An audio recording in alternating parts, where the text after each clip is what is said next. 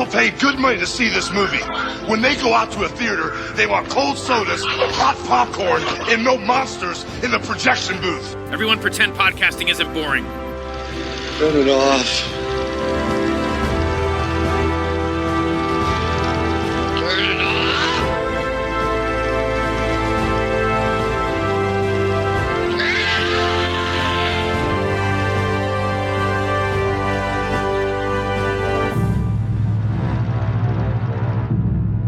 So why did you come to London? Were you bored in Manchester? Oh, sorry. I didn't see you there. Was I bored? No, I wasn't bored. I'm never bored. That's the trouble with everybody. You're all so bored. Do you want to come in? That all right? What's funny? I used to be a werewolf, but I'm all right. No! Do you want to come in? You've had nature explained to you, and you're bored with it. You've had the living body explained to you, and you're bored with it. You've had the universe explained to you, and you're bored with it. Do you want to come in? Hey! So now you just want cheap thrills and like plenty of them, and it doesn't matter how tawdry or vacuous they are, as long as it's new, as long as it's new, as long as it flashes and bleeps in 40 different colours. Or whatever else you can say about me, I'm not bored. I've seen more life in an open grave. Come on! I don't have a future. Nobody has a future. We're not important. We're just a crap idea. You know, they say it's a jungle out there. Have you seen it in here? What if God just put us here for his own entertainment? There's some things in this world that you never, ever, ever understand.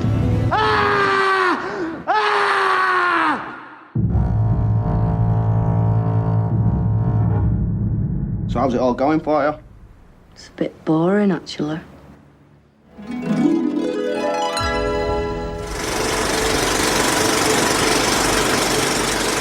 Welcome to the Projection Booth. I'm your host, Mike White. Joining me for the first time is Ms. Elinor Lewy. Hello, nice to be here. Also making his premiere appearance in the booth is Mr. Nick Kujawa. Resolve is never stronger than in the morning after the night it was never weaker. What do you think of that? We continue Art House August with a look at Mike Leigh's Naked. No, Mike Leigh is not naked in this film, and there's not really a ton of nudity. If anything, it's about naked, raw emotions, especially those of Johnny, played brilliantly by David Thewlis. We follow Johnny, who flees to London from Manchester after raping a woman and stealing a car.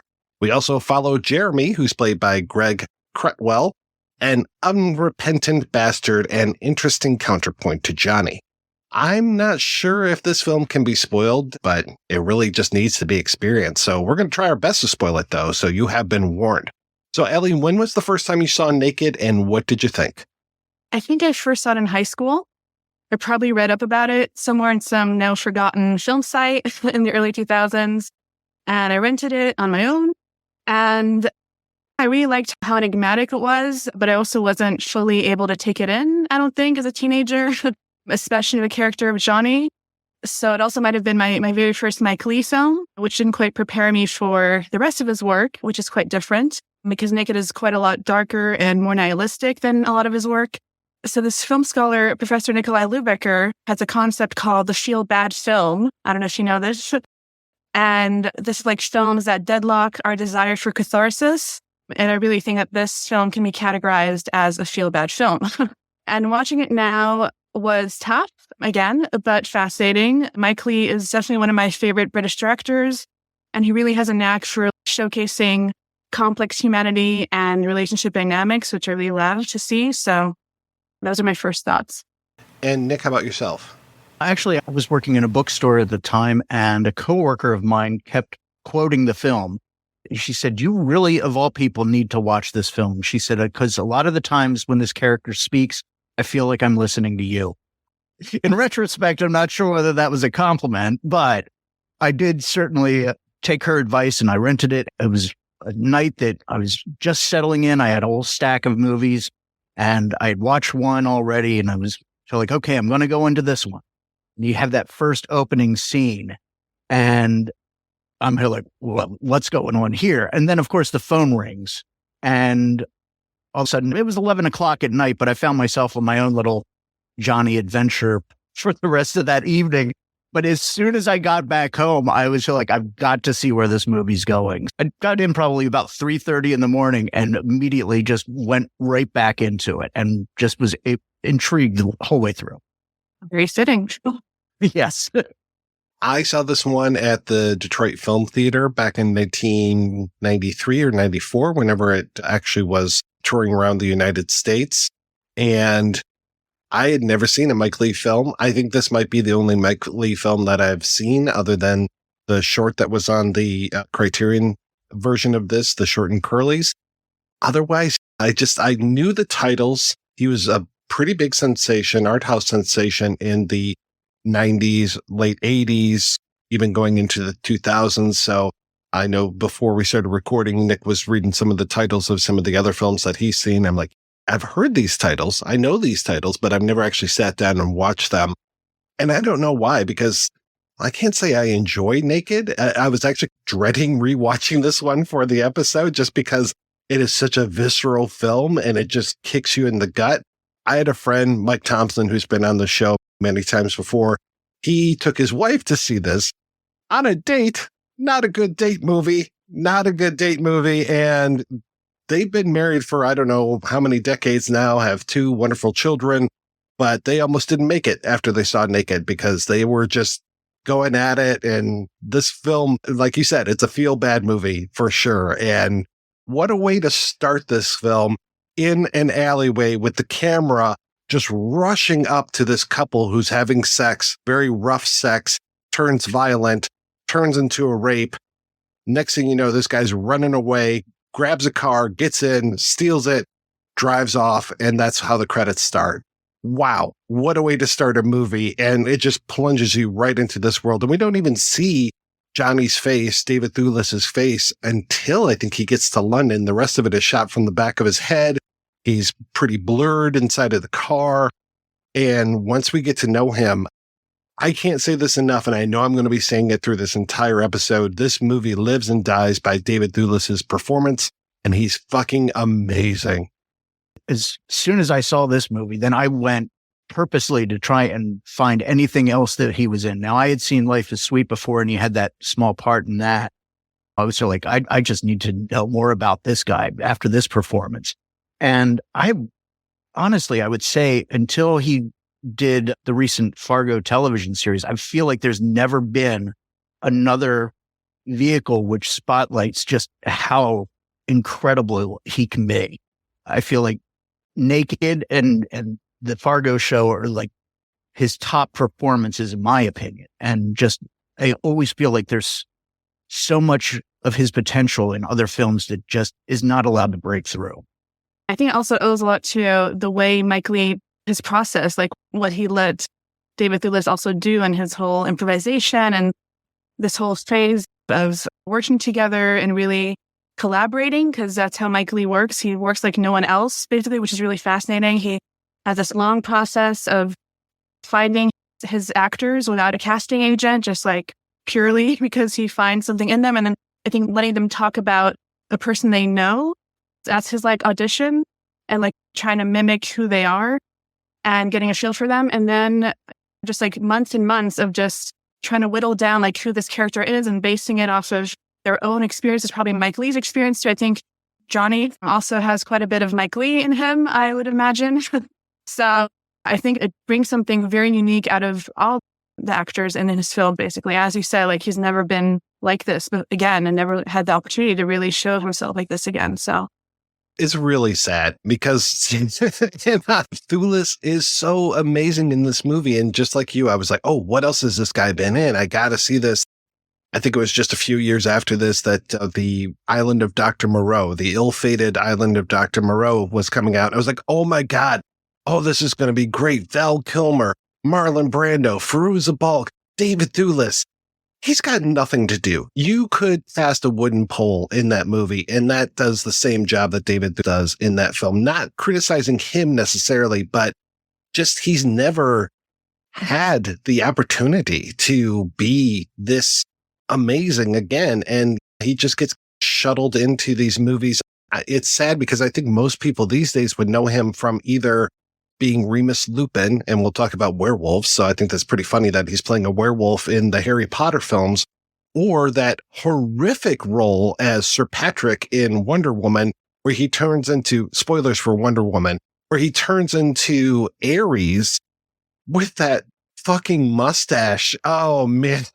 I've never seen him reach these heights. And I agree with you, the Fargo TV show, he does a great job in that. Of course, his tiny role in The Big Lebowski, he's amazing in, but I've never seen him live up to this height again, because he's not on screen every single moment. We do have the secondary story with Jeremy, but for the most part, Johnny's on screen, I'd say 75% of this film, and he's riveting. And he's a bastard. He's a jerk. He's incredibly funny.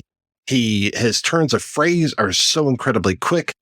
I've read so many people just saying, I don't know if I want to be Johnny or if I want to punch him in the face. And that's my impression as well.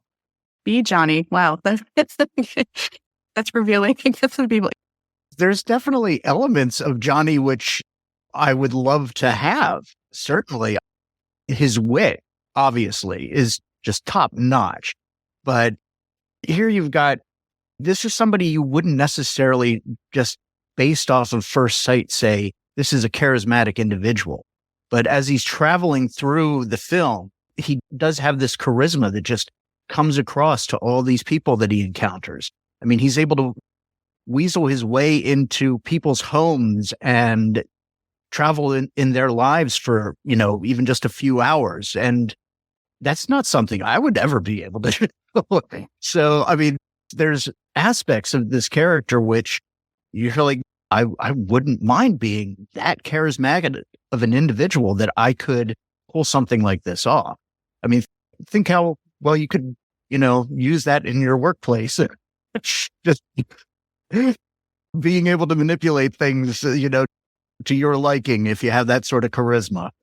I think that what I enjoy about him the most is that ability to turn a phrase and just how quick-witted he is about things. And I'm curious because you were talking about the method that Mike Leigh uses, and what they say, like, there's one scene in this film that is actually improvised in front of the camera, and the rest of the entire movie has already been plotted out and done through rehearsals and through improvisation and through just figuring out how all this is going to go. Because when you read about Mike Leigh, you read about the process so much because it is very unique to him. And just that way that he allows the actors to, I imagine that as an actor, it's probably the most satisfaction that you would ever get is by working with somebody like Mike Leigh, who allows you to find the character and work with you and put you in these situations. I think about the scene later in the film with the limo driver, the chauffeur, and just how quick that scene happens and just the tension between the two characters. And that's all been worked out prior to this, but it just feels so natural. It just feels so documentarian as far as the way that this film comes together.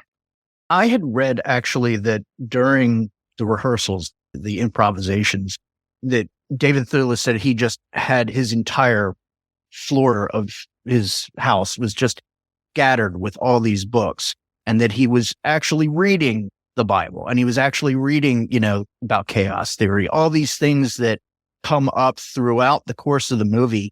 He was just saturating himself with information so that it would just percolate up when it needed to. It definitely served him well because you get those riveting dialogues, especially like with Brian the Night Watchman, where that whole diatribe of all this stuff that's coming out.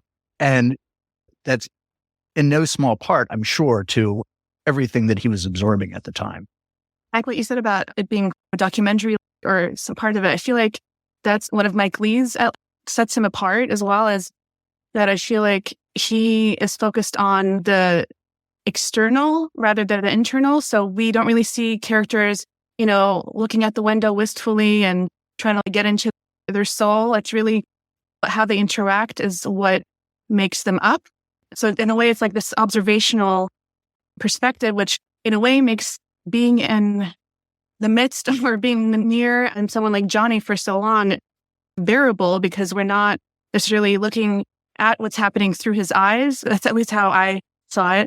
We're perceiving it or just letting it happen, basically, like a documentary, which I think is the right way to go, especially when we're talking about such complicated, tough, unbearable people. And so also when we talk about, what's his face, Jeremy / Sebastian.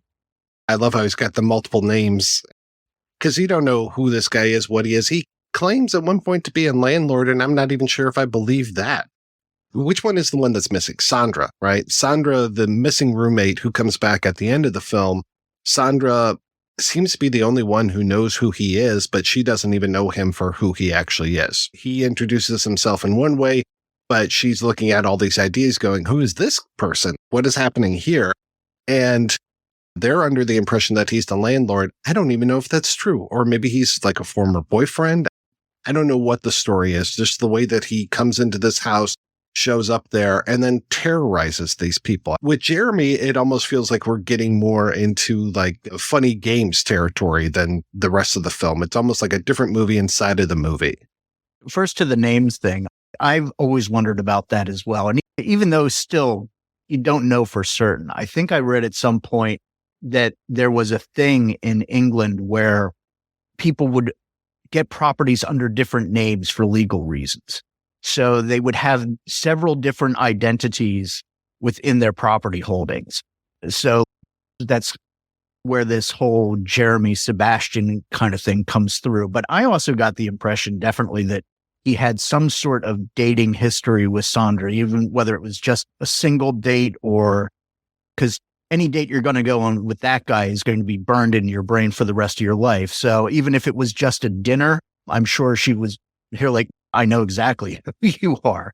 But she also didn't seem to recoil from him as every other character pretty much does, which kind of indicates that somehow she was able to maintain some control with him, however way they passed in before this film, or the events of this film.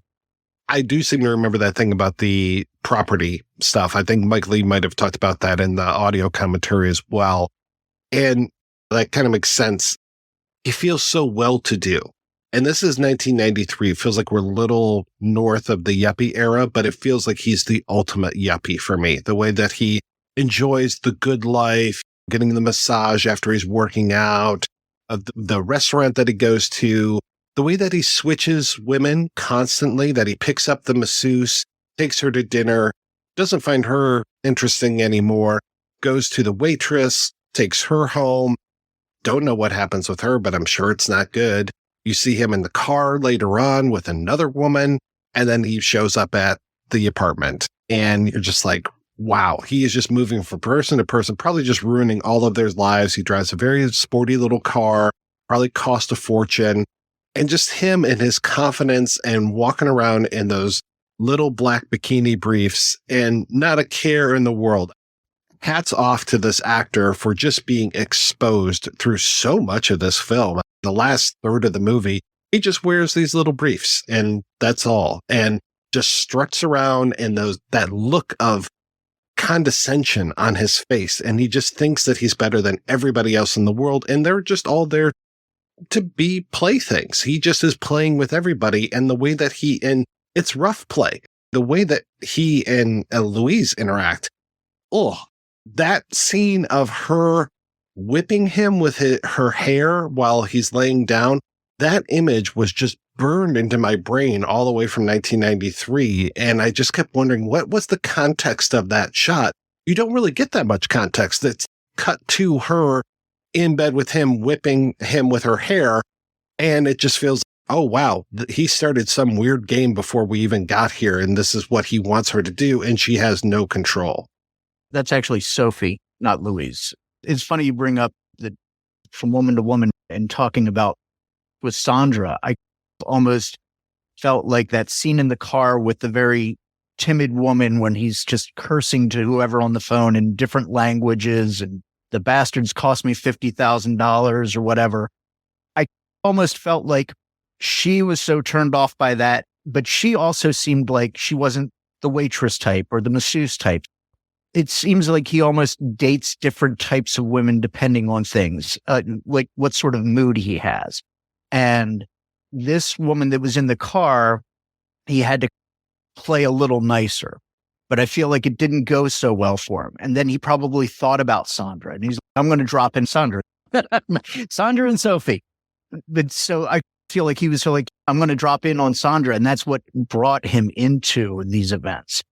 I just always had that as a little bit of the thread of how this happened, because you have to wonder, how do all these crisscrossings of interactions, how did they begin? How do they end? Where did they start?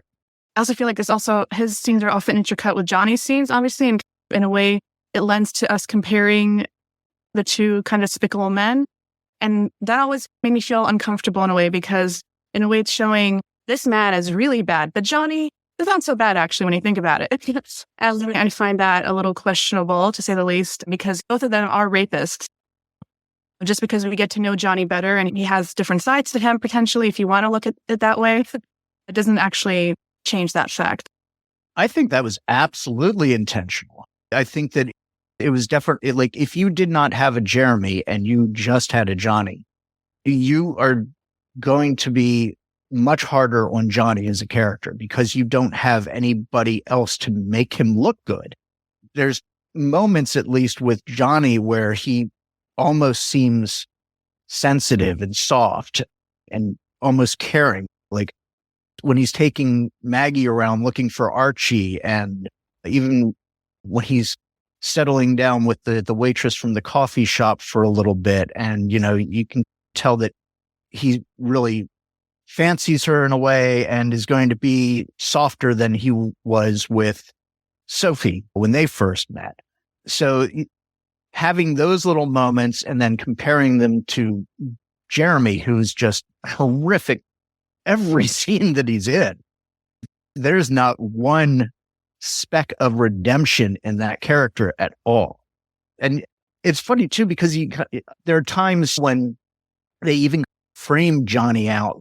He looks more angelic, like when he's with the waitress and he's got the big clock behind him and it just frames him like a halo. It plays little tricks with you in that sense where things are trying to make this guy more likable than really we should feel about him. You know, because like I said, he's got a charisma to him, but really at the end, he's a bastard. But I do agree with you, Ellie, as far as look at Jeremy, look at Johnny. He's just so not that bad compared to Jeremy, but he's awful. He is absolutely awful. If he was cleaner, if he shaved that horrible scraggly beard off, if he became in outward appearance that yuppie that Jeremy is, I think he could be successful in that same world and just carry himself through that. But he's not interested in that. But yes, I agree. He's an awful human being. And he uses violence, yes, but especially against women and especially in sexual situations. But more than that violence, the violence of the horrible things he says to people and just the way that he has to tear everyone down. And that's very similar to Jeremy as well. But that scene with the waitress that's really like this almost domestic bliss that they have going on.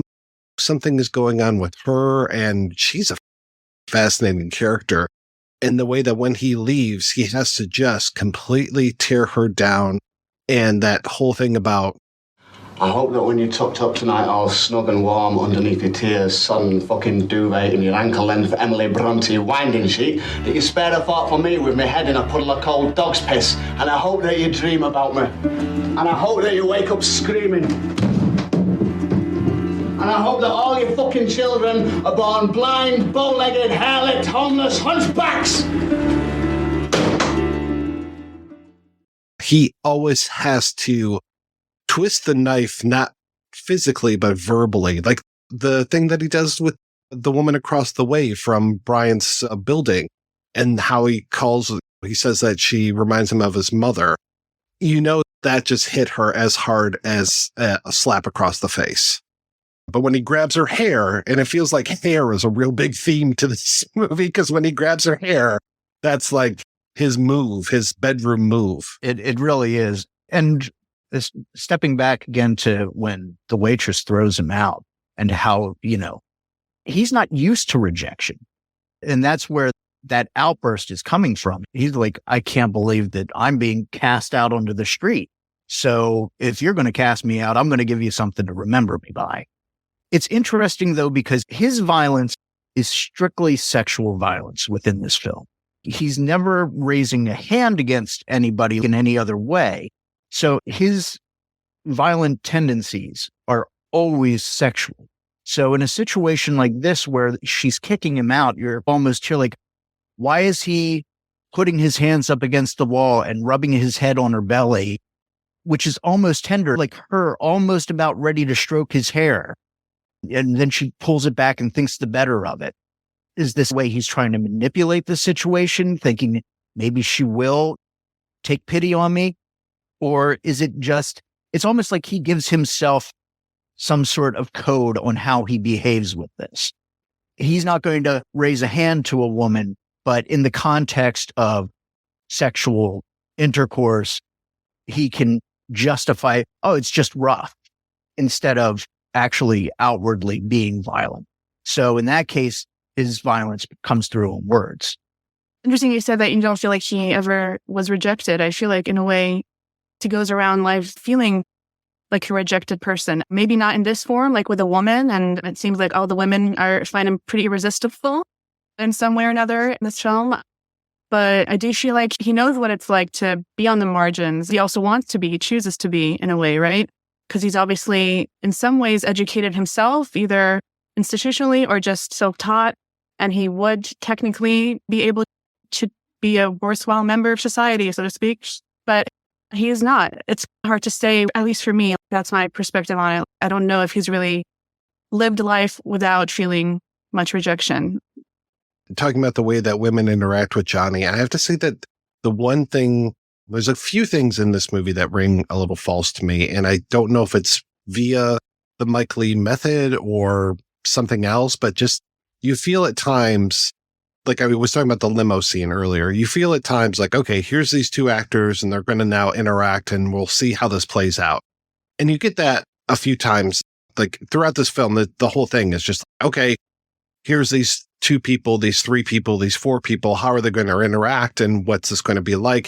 But I have to say, sometimes the characters don't feel like they're the same from scene to scene. Like the Katrin Cartledge character, Sophie, she's a very interesting character, but the way that she falls in love with Johnny and just is almost, speaking of hair, pulling her hair out just as far as, oh my God, I love this guy so much. And Louise, I'm so jealous of you because you had this relationship with him. And oh my God, if only I could have had a year with this guy. And she just is so overly dramatic about it. And I'm just like, this doesn't feel right. Like you fell in love with him like that, and just not just in love with him, but just infatuation. And it just, every time she gets put into this position to talk about Johnny or to think about Johnny, she just loses her shit. And I'm like, this doesn't feel like the same Sophie that I saw 2 scenes ago or in this scene. It just feels like they shot that maybe early on and said, okay, your character is obsessed with Johnny after you have this one encounter with him. I don't know. That's my feeling anyway. And I feel like this movie's great, but there are certain things where I'm just like, this doesn't really add up for me. I've thought about that sometimes as well. And the one thing I keep coming back to with that is that she mentions later on when she's in the bar with Louise and talking about how she had an abortion by a lover who was a philosopher or something like that. And you hear her say that and you're like, I don't see you with a philosopher. But at the same time, maybe that's just like this whole other dimension to Sophie that we just don't know about historically. Like maybe she really deep down is like incredibly attracted to intelligent people. And this is like the first one that's come her way in a really long time.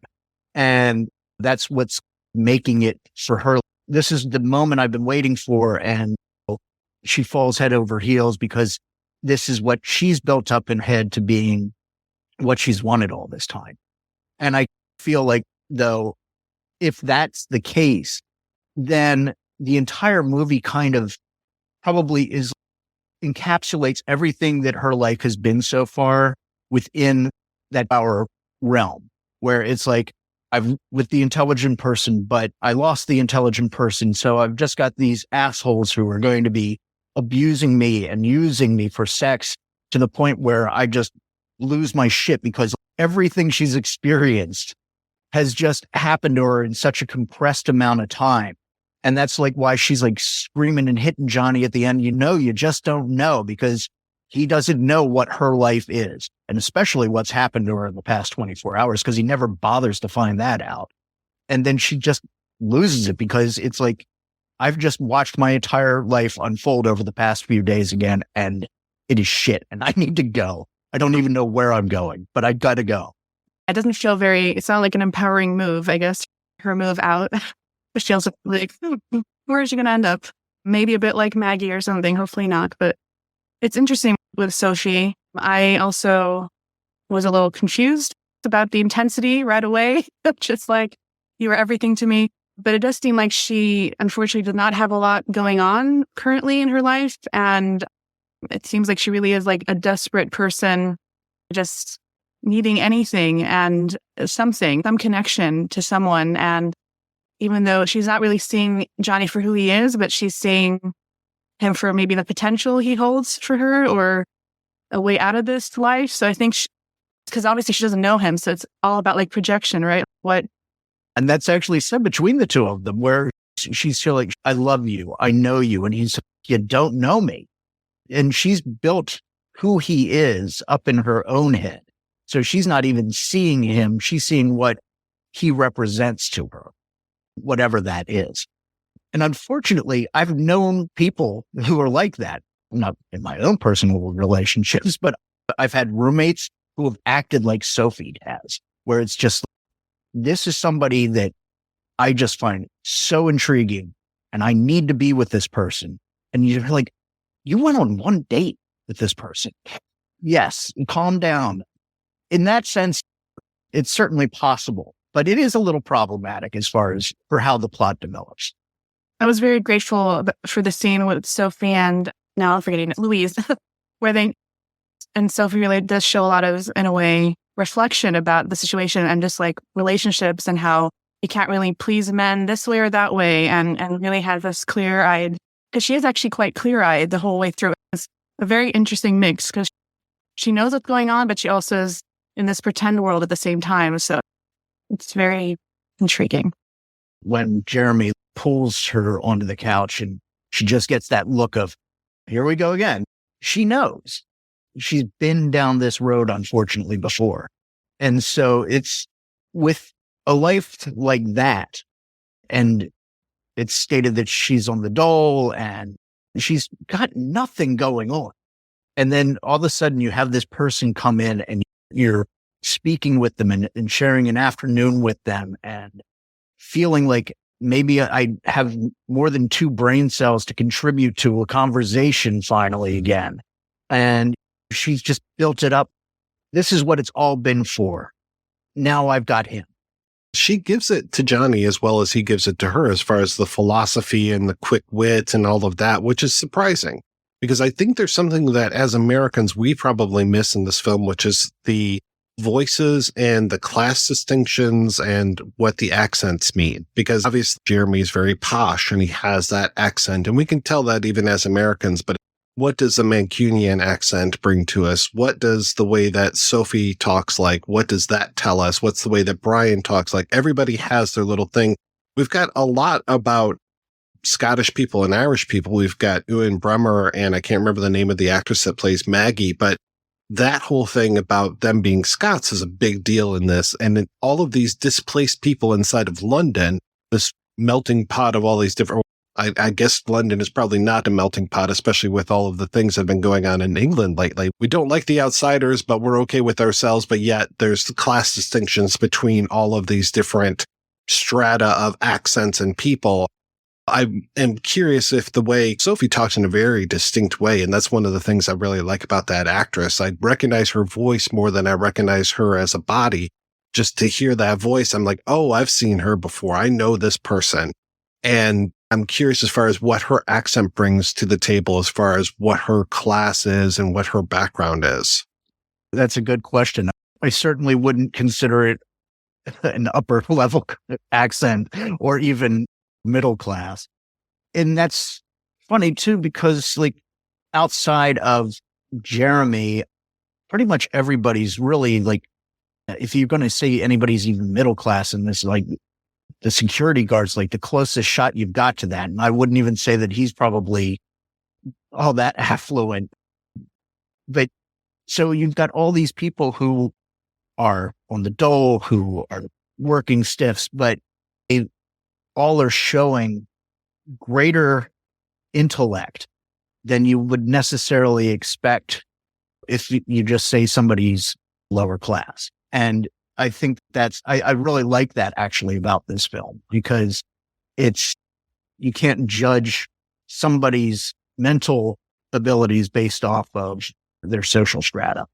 Mike Leigh himself grew up in Manchester, and he was middle class, but he was also surrounded by working class people. So he went to school with working class kids. He knows this world very well. So I never feel like he's talking down.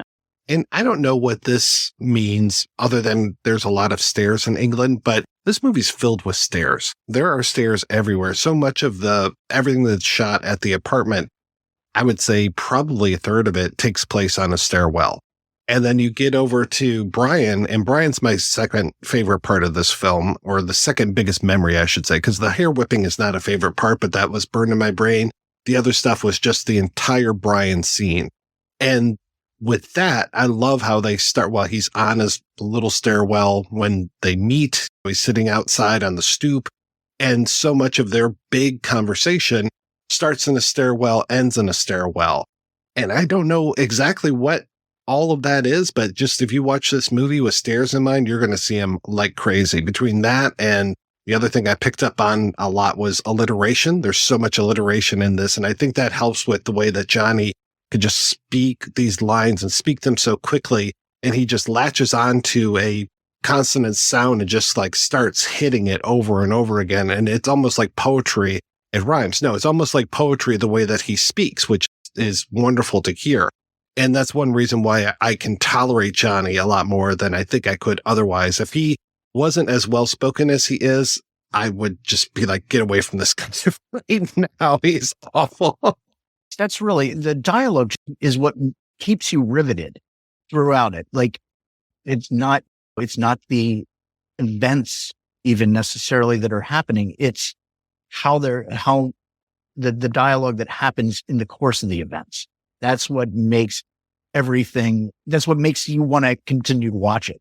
Because if it wasn't there and you were just watching these events unfold without that kind of banter going on, without those rants, you would shut it off. Let's face it, it just wouldn't, you would be like, I don't want to watch this. So it's the dialogue and the rants that just help keep you fixed on this film throughout, even but it's 2 hour and 10 minute timeline. I think that's quite common in all of his films. The dialogue is what you're there for, really, like just interaction with the people and how they express themselves and are able to really finesse what they're about just by talking, because we don't see a lot of interior. So it's really just how they talk to each other. And if there is an interior, there's a stair.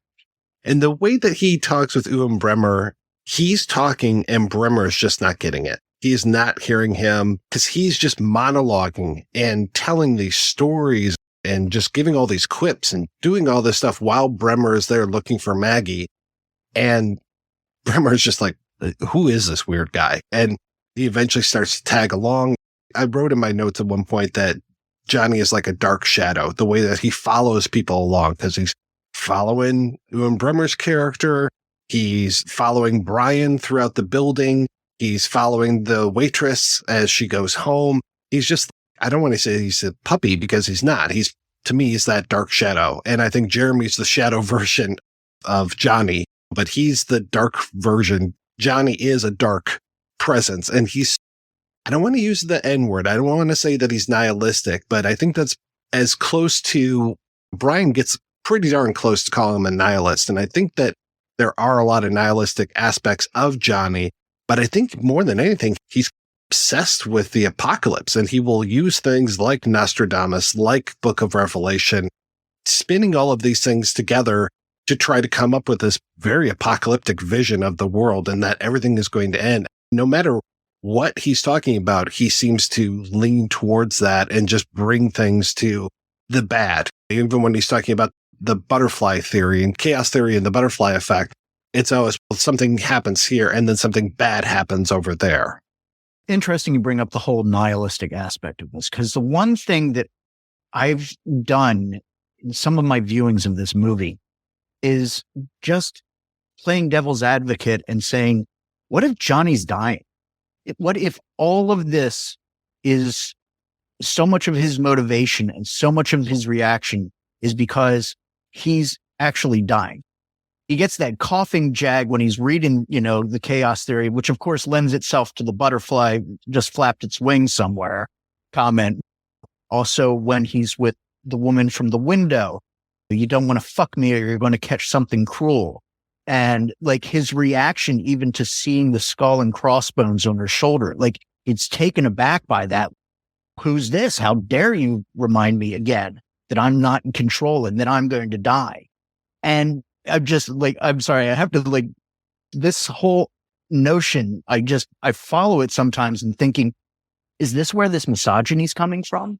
Is he pissed off that he was born and that he's just like hate fucking anybody with a womb because he's pissed off that he's born and he's dying? And then you get to that scene where he's on the stairs and he's freaking out and Jeremy comes out and Johnny's got this glaze in his eyes. He's not seeing reality as it is, and reaching out to Jeremy and saying things like, why not my brother? Is it going to be quiet now? I'm still wet yet.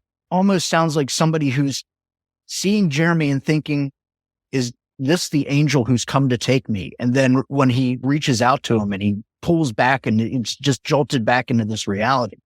And even to the point of the ending of this film, where it's like, he seems like he's going to be going back with Louise and maybe there's a happy ending after all and all this craziness, but instead he scoops the money and just goes down the street. Is that because he doesn't want, maybe this is a moment of kindness to her, saving her from what he might be going through. And it would also explain why he's constantly absorbing information and trying to find out what's it all about.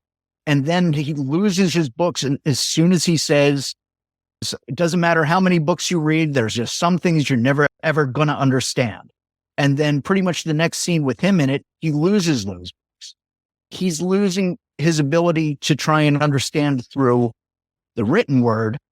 But because of this crazy series of events that he's gone through, maybe he's trying to find meaning and understanding by continuing this journey at the end outside of books and through experiences and interaction. Just something that I've come to look at and just be like, what if this is not such a simple thing of just a person who's just an absolute bastard? Maybe there's some sort of subtext underneath of all this, which is controlling him.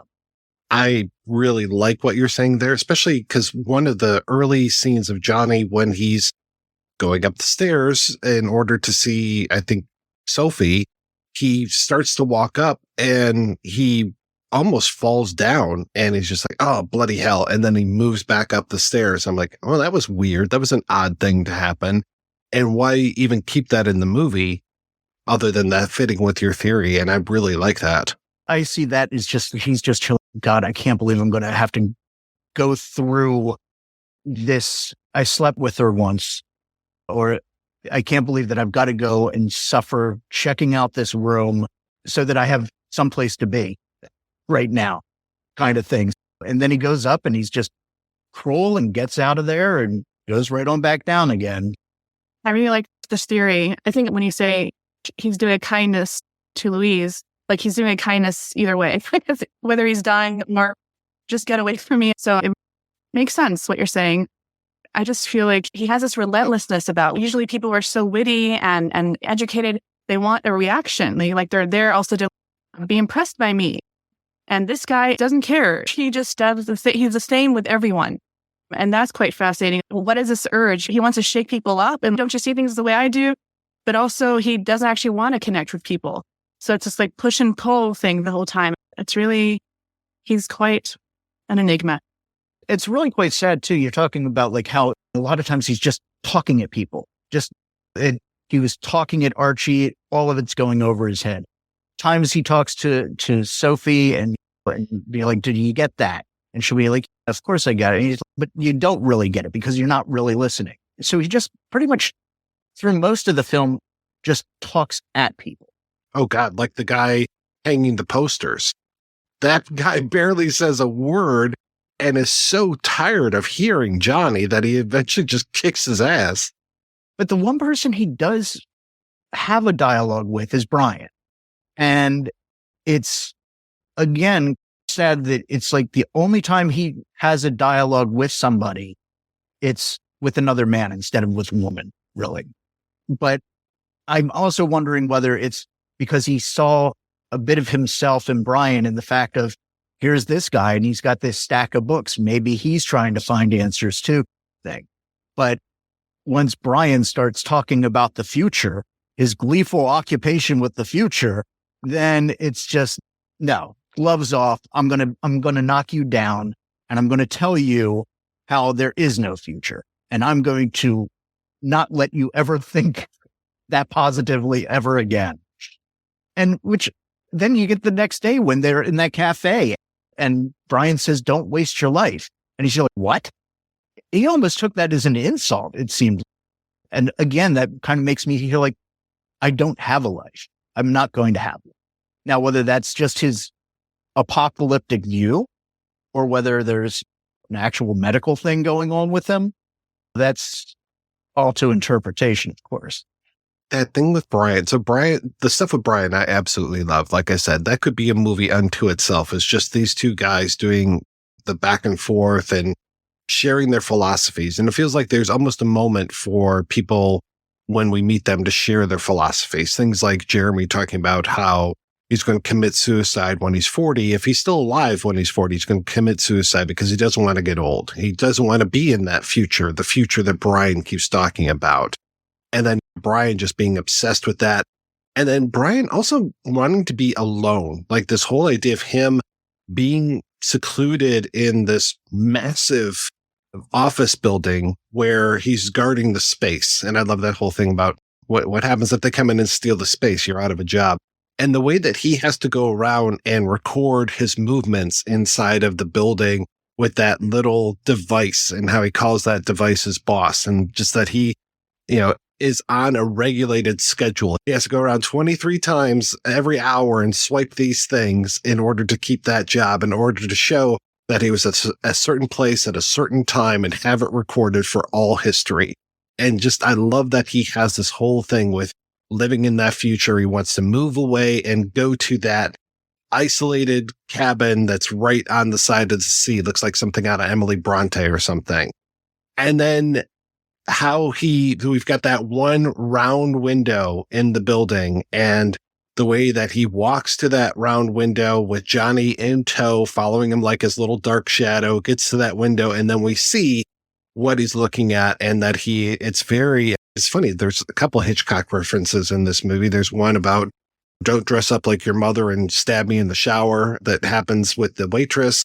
But then there's the whole thing of Rear Window, and Johnny does basically that Grace Kelly thing by breaking the voyeurism and going from the building over across the street and actually meeting the woman in the window that seems to be obsessing Brian. And that's a real violation for me, the way that he now suddenly becomes the object of Brian's gaze. Does he know that Brian's watching? At one point, yes, he very much confirms that Brian is watching. And then it becomes I need to put on a show for Brian, which is just a bizarro thing. And just the way that he interacts with that lady. And is it tender? She's drunk off her ass. He knows that she's drunk off her ass. He's going to try to be kind, but then he ends up with the whole hair pulling thing and then the insult. She's trying to make herself look attracted to him, and he wants nothing to do with her other than to just tear her down. For absolutely no reason. You have to wonder about that. Like, why the different reactions to the different characters? Why is it that this woman, he just immediately is cruel to, whereas the waitress, he's showing tenderness to? Is it because that waitress is more attractive to him? Is it that he feels like he had some sort of bait and switch situation with looking through the window and he's upset about that? He seems to genuinely like Sophie at first. But then as soon as she becomes too clingy, then he's silly got buyer's remorse on this one now. And then that's when he starts being cruel to her. And of course, poor Louise, who just wrote him a postcard, he's just cruel to her through it out until he gets the shit kicked out of him. You really have to wonder what for him is I'm going to be civil or I'm going to be nasty. Because he never really is nasty to Maggie. Never mean to her. If anything, he takes care of her. The neighbor or character, he tells her that he does not read, which is obviously, I can't really believe that. And then with the waitress, he is very much talking about his literature and what he knows and what he doesn't know. And so he feels more like he can be himself in a way, or feels more comfortable maybe in this more glamorous setting with all these books and nice art and sculptures. And I feel like he's able to show different sides depending on, as obviously, who he's with. And with Maggie, I even felt something a bit like paternal there, which is very weird because she's like a maybe soon to be homeless youth. And I was going to ask you too as well. Why is he so nice to to certain people, do you think? The one thing I can't help but make a comparison, and I'm not the first one to have done this, obviously, but I see that there's a kindred spirit between Johnny and Look Back in Anger and the main characters from that, and how they go on these rants and can be just viciously cruel. And within Look Back in Anger, it's always been a matter of class. His wife comes from a higher class family, but he's constantly cruel to her still. It was a great victory for him to steal a woman from the upper class, but at the same time, she's never completely come to his level. He's biting and cruel to her, whereas he's got this buddy who comes over and reads newspapers with him all through the day, but he's Welsh. He's okay. I can be kinder to him. He's my buddy. And you wonder if there's a little bit of that with Johnny as well, where it's like sometimes these people that he's feeling more kindred towards somebody like Maggie, because this is somebody who just doesn't have a shot and I'm going to shield her. I'm going to take care of her. Other people, I feel like he saw the woman in the window. This is on you. You screwed up your life somehow. And so I don't have any pity for you because she's drinking and she's in a place where she doesn't even know that there's a map of Ireland on the wall. So it's obviously this is all your fault. You brought this on. Whereas I don't think he necessarily feels that same way about Maggie. And I think he's just got this weird way of interacting with people, and it's based off of his first impressions with them. And a lot of times he will change his attitude towards them as his impression of them changes too. That definitely seems to happen quite a bit as well. This whole idea of the Mike Leigh method and how these characters come into existence is fascinating for me too, especially because whenever I interview an actor, I'm just like, how do you get into this character? How do you find this character? Is it all just on the page? What do you bring to the party? And some actors, of course, will do the whole thing of, I've written a backstory about this character. I want to know everything that happened before we got to the movie. And this Mike Leigh stuff, it really feels like all of these characters have been thought through to the nth degree, that we would know. If I talked with the gentleman that played Brian, that he would tell me, oh, Brian grew up here and he had this and his wife divorced him because of this, that, and the other thing. And just like, give me the entire life of, sorry for the pun, the life of Brian, but just give me all of that stuff. So even when it comes to the woman across the way and that map of Ireland, on the audio commentary, they're like, oh, she is living in a flat that used to be occupied by a couple of IRA people. And it's like, oh, okay. Like, they know all of these things about all of like they probably know what business Brian is protecting in that postmodernist gas chamber that they're talking about. There's so much to this. So when things don't add up, like with some of the stuff that I was talking about with I don't buy that reaction type of thing, that's what makes it a little bit more disappointing. But what makes this such a rich story and what I think makes all of these Mike Leigh films so rich, which now I need to watch more of them, is that these characters are so well thought through and so well crafted, and that we do get those little things like, oh, this apartment happened to be this beforehand, which then plays into the Troubles and plays to this whole idea of people from outside of London. And what are these guys doing here? They're plotting things against the government to do some terrorist acts, which in 93, that was still definitely going on. The thing too with the woman across the way is fascinating with, you were talking about the death head tattoo, and that's when it feels like the worm turns and suddenly he goes from trying to have sex with her to, oh, keep away from me, you are a bad omen type of thing. And then what's he do? He fucking steals her books. I think it's the only time he steals something other than the money at the end, but definitely showing his lack of moral fiber, but that he steals her fucking books. And she says, that's my favorite book. I've read it so many times. And he takes it. And it's like, what a fucking bastard. He stole a car. That's true. That's true. And let's not forget the rapes. The three big crimes of Naked: the car, the books, and then the money at the end. There's a lot of rape, a lot of fucking rape in here. When he's banging Sophie's head against the arm of the couch, I'm just like, what is your fucking problem, dude?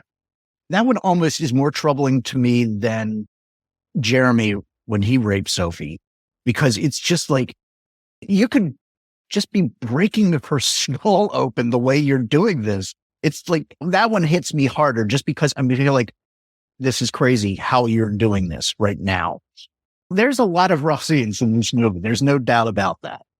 Well, it's 1993. This is before the era of tattoos really has taken off. So these two female characters have tattoos between the woman in the window and then Sophie. And both Johnny and Jeremy call out that tattoo on Sophie's arm. Oh, what is this, your tribal initiation? Or she says it's a tribal initiation because, like I said, she can give it to Johnny as much as he gives. And then later on, when Jeremy's, oh, did your tattoo hurt? Good. You're such a piece of shit, Jeremy. Man, oh man, what an amazing performance to be able to make me hate someone who's a fictional character so much. We never, ever see Jeremy get his comeuppance at all. He just drives off into another thing. And whereas with Johnny, it's, and it just seems like there's always this fatalistic thread throughout the whole thing, and cause and effect, and almost like an examination of determinism. And even so much so that Johnny came to London because he thought he was going to get a beating. And so he comes to London to avoid a beating. And what happens? He gets a beating. And it's just, so it's, he can't escape this fate. Also quite a random beating. Total random it's beating. Not even someone he pissed off. Just random group of kids just beat the shit out of him. Seriously, Amy, it's what your beatnik friends call karma. The way that he comes to London just to catch that beating that he was going to get in Manchester.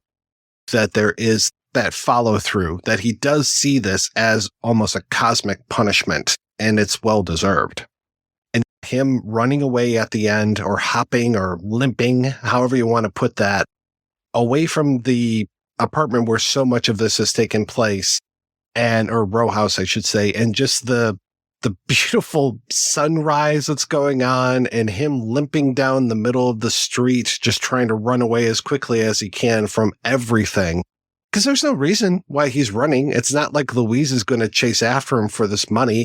He just gets up and takes it and should be able to slowly limp his way around. But instead we have it's almost a triumphant shot, but it's not, because he has had the shit kicked out of him, and just the way that he's limping along and the way that his ankle looks in this movie. Holy cow. Whoever did the prosthetics on that, good job, because that's disgusting.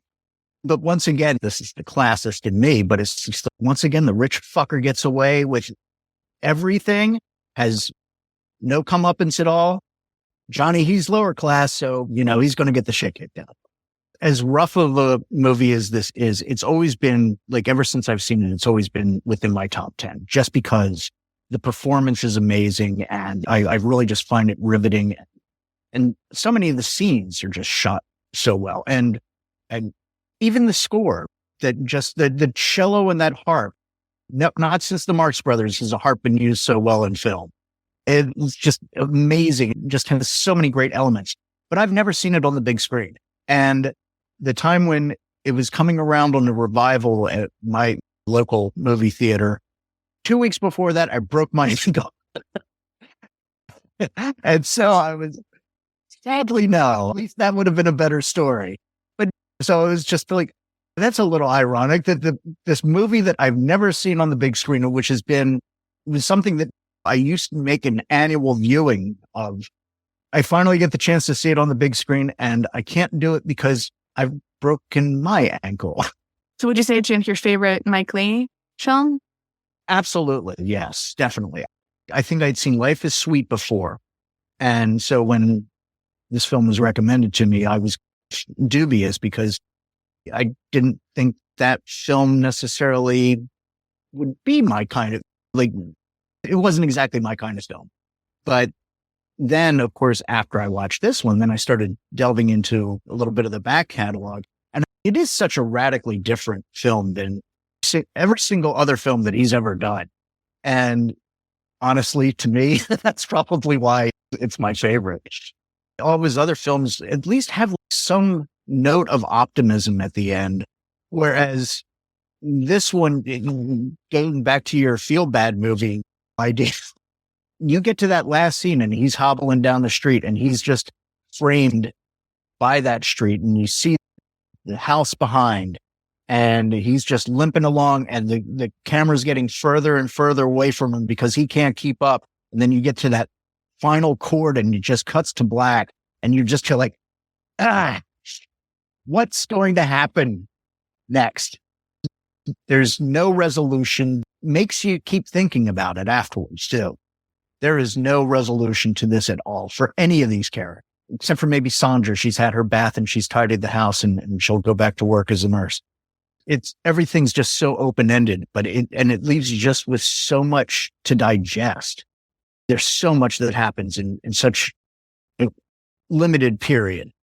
And a lot of it's very visceral and very rough. And it's not something that's going to leave you quickly. This variation, this one unique one-off, and also the rest of his, I guess, more ensemble-y shells too. But I guess if you watch this first, in a way, you have this really different idea of what to expect from the rest of his films. This movie, even though I've only seen it 2-3 times, this movie always tricks me because we've got Jeremy, who's just this uncontrollable force of nature, and he's just snoozing in their bedroom. It's basically like they've got a tiger in their house, and he's the tiger. And Louise and Sophie go out to the pub, and it's a wonderful scene of those two talking about some of their past romances and things that have happened to them. And finally, it feels like Louise is giving some of the sympathy to Sophie that she needs, because when Louise comes in and doesn't know that Sophie has been raped, it is one of the worst things ever, because she just starts to lay in on Sophie, and you're just like, for fuck's sakes, Louise, she just had the most horrible day that she'll ever have. And she just comes in and starts picking on her. Once they get through that, once they get to the pub, you've still got Jeremy back at the place, and they're like, do you think he's gone now? We're not sure. And then you see Johnny coming, and I'm just like, oh, okay, great. Johnny's going to walk into the house or go back to the house while Jeremy's there, and we're going to have the biggest row in the world. But that doesn't happen. He gets shit kicked out of him, like we said. The next time we see him, he falls into the door, and we still have Jeremy in that house. We still have the tiger in the bedroom, but nothing like that happens. There is no big final confrontation. Johnny and Jeremy, like you said, there's that whole thing where he mistakes Jeremy for somebody else and is just hallucinating through all of this. That's it. That's the interaction that we get. We don't get them having a conversation. Like, of the two people in the entire movie, where I'm just like, I'm very curious what these two people would interact like. It's a very different situation than what I was expecting. At least the one little aspect of Cold Comfort with Jeremy is when Louise plays him at his own game and just feeds into his narcissism and then grabs the knife and she's like, what, you don't want me to cut your prick off? And then as he's leaving the room, calling him a maggot dick, and just like the look on his face, it's like for one brief second, he's been taken down a moment. It's just going to feed into his misogyny and make him probably even worse. But at least for like that 1 second, he saw how other people see it. I just think it is fitting that they take care of it rather than Johnny in a sense. Oh, yes. Thank goodness that they're the ones that take care of it, though he just eventually leaves. It's not like he had to. He could stay there forever, I think. I think Sandra is the one that really kicked him out. And again, they had some different dynamic than he had with Sophie and Louise, definitely. Sandra's in a rom-com. The way that she comes in is just, look at my place. Oh, this is terrible. It's don't tell mom the babysitter's dead type of thing. It's just, what did you kids do to my place? Everything is a mess. I'm going to have to clean the bathroom and I'll clean the kitchen. And she just becomes this cleaning machine.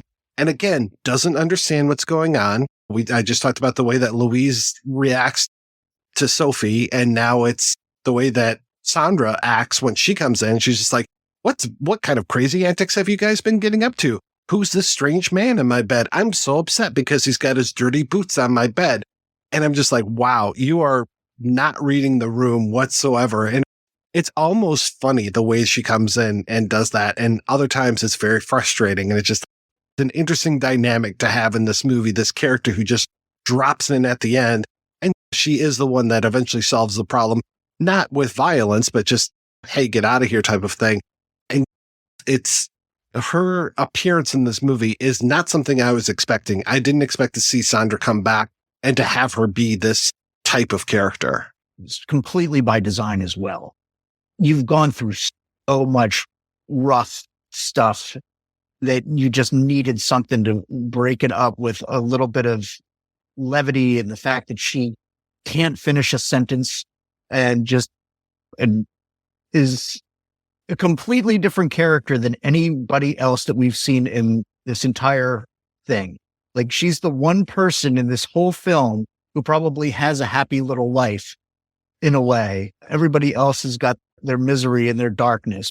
She's able to, take time off of work and go on safaris to Africa, and, she has a professional job, and, she's the one person who probably can't relate to anybody else in this movie. I always want to say Sandra. Also, it's funny that you observed this in a way, because I read that Mike Leigh wanted Claire Skinner, the actress playing Sandra. So but she had another job, so he couldn't really involve her in the whole rehearsal process. So he left this space open. Like, he knew he wanted her to come back, and that's why he made this whole thing of her being on this trip. But then that's why, in a way, there's this kind of amusing clash, and it becomes a sort of farce. But it's funny that these styles also maybe are due to this kind of late addition to the whole process. Doesn't Thewlis say a line in Big Lebowski about Sandra's on holiday in Africa or something? Is Sandra about to be an harlot? Look, I have to take this. Do you still have that doctor's number? Oh, no, really, it's not even bruised anymore. Oh, please, Jeffrey, I don't want to be responsible for any delayed after effects. Dime, Sandra. See? Another interesting thing that I found, I was very purposeful when I watched this last, where I paused the movie to see exactly when Johnny leaves their apartment versus when he comes back. And it's almost exactly at 30 minutes that he leaves, and almost exactly 30 minutes are left in the movie when he comes back. So it's interesting that we have this very distinct structure in a movie that is essentially a series of vignettes, but it is very carefully crafted. I appreciate that as well. We're talking all about this method and the way that Mike Leigh does all of these things, but yet he fits all of this into a very cinematic world and is able to make traditional-ish movies out of the way that he has these characters interact, and that he puts them in these situations where you can have very clean act breaks and say, okay, 30 minutes, he leaves the house for that whole dark night of the soul. And even within that, there are little acts between the vignettes of him meeting with Maggie and Archie, and then We see him the next day in front of the subway and watching all of those people. And you get that real London feel. You get that. I get the feeling that a lot of this movie was probably stolen, or maybe they had permits, but it feels a lot of it like it was just, here we are. Let's set up the camera. Let's go. And I think they talk about that a little on the commentary too, as far as, I want to say it was Archie and Johnny got into a fight and eventually Leigh intervened, like the police were called and Leigh came in and was just like, okay, you need to get out of character now, so that they wouldn't continue with this row that they were having in front of the public. That was actually during the improvisational rehearsals that happened. Because I think that I forget one of them had a screwdriver and was brandishing it on the other one or something to that effect as well. But that whole scene though, like when they're on that street, when Archie and Johnny initially meet, there weren't any extras. They didn't block off the street at all. Same thing for when he's standing outside of the underground. Those scenes were just normal people walking by. But then you have the scene where he's walking with Maggie underneath the bridge or wherever, and he's got the flaming trash can and the person with the dog. That was all very compelling. I like that aspect. I always think that's funny. Like when you're watching old Monty Python flying circuses and they're obviously on the street and these are people who are not extras and they're just like, why is this person in this getup running down the street this way? You don't have that here, obviously. But think about it. You could be on some street in London and all of a sudden you just see this guy just constantly screaming, Maggie! And then it's just going to be like, what the hell is this guy's problem? And it probably happens frequent enough that you have no idea that this is somebody acting right now. There's so much packed in there, but I don't know where else you can go with that. You just start picking out little bits of dialogue here and there, but really you could hash that out all day. One of the things of course, now that it's not 1993 or even 1996, now it's 2024, and that whole apocalyptic thread of these constellations are going to align on August 18th, 1999, and this is good. And the end of the world is nigh because of this. It's a shame that it was something else to be watching when you're seeing it in the mid 90s and you're, oh shit, is this real? I got to look this. Does wormwood really mean Chernobyl? I got to look this up because damn, I don't know about that. And of course we've gone past that, but it aged itself that way, which is a little bit of a pity, but the performances are just still so solid throughout that you can still get so much out of it too. And again, we've touched on it, but the scene between Brian and Johnny and just Johnny's philosophy where he's not nihilistic in saying that the apocalypse by definition is that man will cease to exist as he is. He's like trying to even be a little optimistic for a moment there. But then of course he gets Brian on the stairs and talks about that omelet that stinks because God hates you.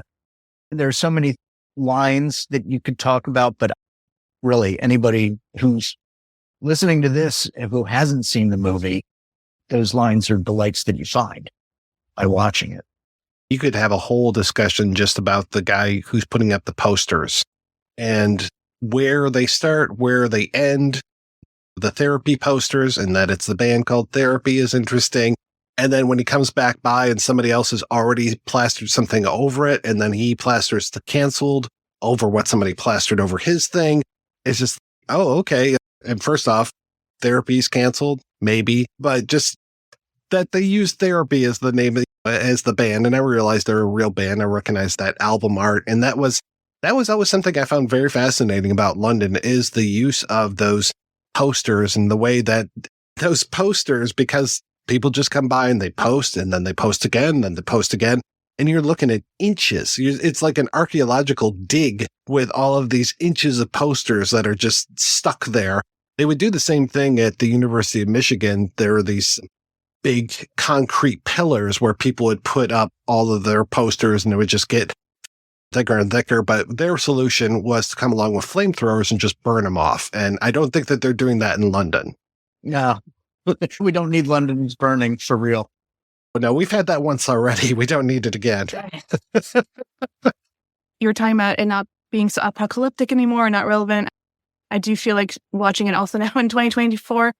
Of course, it's not apocalyptic in this way. There is the sense of doom that is consistent. And watching it again this past few months, it does feel still quite relevant, unfortunately. This way of trying to get people's attentions about certain things in our world.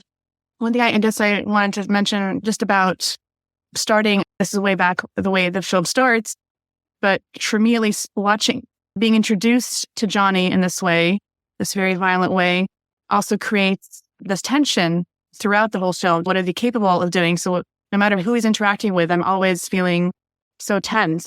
And obviously it's purposeful and there's a reason why, but I found it really, and also just the way it's handheld, which Mike Leigh actually never really does. So it really distinguishes, like, this is its own film. Mike Leigh is going through something. He wants to show a certain kind of world that he has not shown before. And he's really making it clear this is like nothing else I've done. Because he started his career in the 70s or even late 60s. So he's really been around for a long time. And this is also, I guess, the question is, why was this like his breakout in a way? He won the Cannes for Best Director, the Cannes Prize, and David Thewlis won for Best Actor. And since then, he's also won quite a few after that. But this really was his breakout film. And I wonder why that is. Of course, it's exceptional, but I also personally think that his previous films like High Hopes and Alpha Life is Sweet and Nuts in May, even like, way back when, are quite special as well. So it's interesting how it struck a chord also in that time, that era. It definitely struck a chord because of when it was made. Oh, that's very apparent. It's funny you mentioned the tension that Johnny brings with him everywhere he goes. But yet he says to Archie, what's it like up in there? Bit hectic? And then it's just, what's it like being you?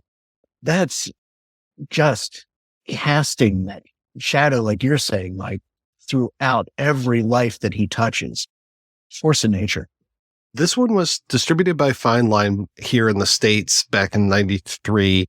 And I think one of the reasons why it hit so hard was because this was such the time of independent films here in the States. And it did get the art house circuit. I don't know if it got outside of that, but that was the time where we were seeing, this is right around the time of Reservoir Dogs, a year before Pulp Fiction was coming out, and it's just like this golden era of independent filmmakers. And I think Mike Leigh, if anything, is a very independent filmmaker. And I think that this hit at the exact right time for us to be talking about this movie still today. Even if it came out a few years earlier, a few years later, I don't know if it would have had the same impact that it did in 1993, but I think just the stars, to Johnny's point, the stars were aligning with all of the things that were happening in our cinema, as well as with just this movie itself too.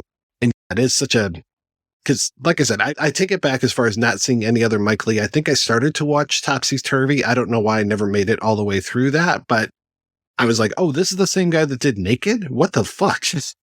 I was reading an interview with Mike Leigh that's in the foreword of the script for Naked. And like at the time when he was making this movie, he was 49. So he's just about to turn 50.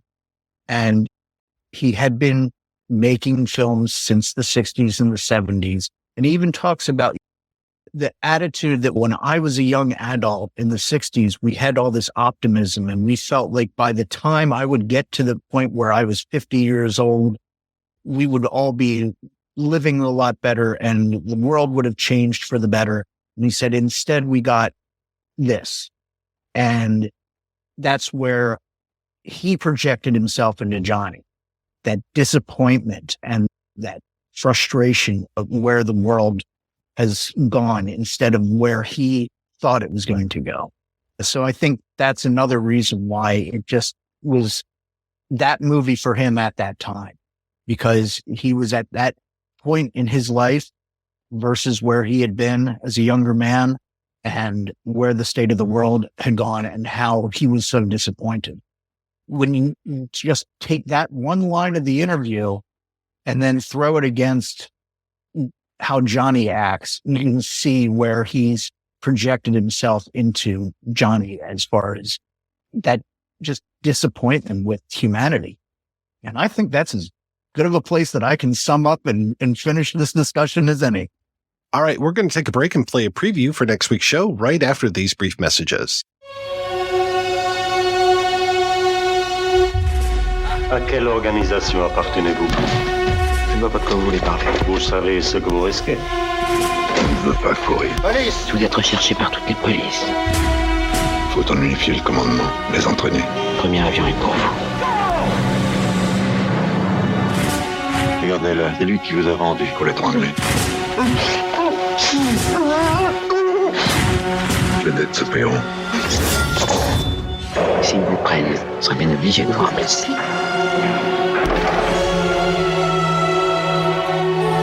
Supposez que vous êtes obligé de livrer vos amis. Je suis sûr que mes camarades réussiront. Votre mari, il est au courant de vos activités? Absolument pas. Je vais mourir. Et si je n'y crois pas jusqu'au dernier instant, jusqu'à la plus fine limite, je ne mourrai jamais.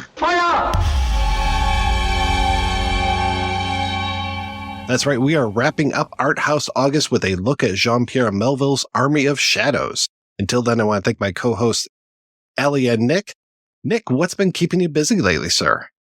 Actually, I've begun to put metaphorical pen to paper again and just finished a first chapter of a new book that I'm rather excited about because I was thinking, did I have anything left to say? And it appears that maybe I have one last thing to write about. So I'm happy that's moving on for me. Old man Nick. One last thing I have to say. You're not even 60 yet. Come on. And Ellie, what's the latest with you?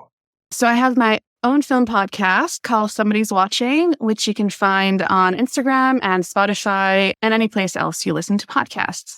And I also am the co-director of the film festival called Final Girls Berlin Film Festival, which is showcasing horror made by women and non-binary filmmakers. And next year is our 10th edition. So pretty exciting. And submissions are open. If anyone wants to submit a horror film or anything like that, very open to that. Well, thank you so much, folks, for being on the show. Thanks to everybody for listening. If you want to hear more of me shooting off my mouth, check out some of the other shows that I work on. They are all available at weirdingwaymedia.com. Thanks especially to our Patreon community. If you want to join the community, visit patreon.com/projectionbooth. Every donation we get helps the projection booth take over the world.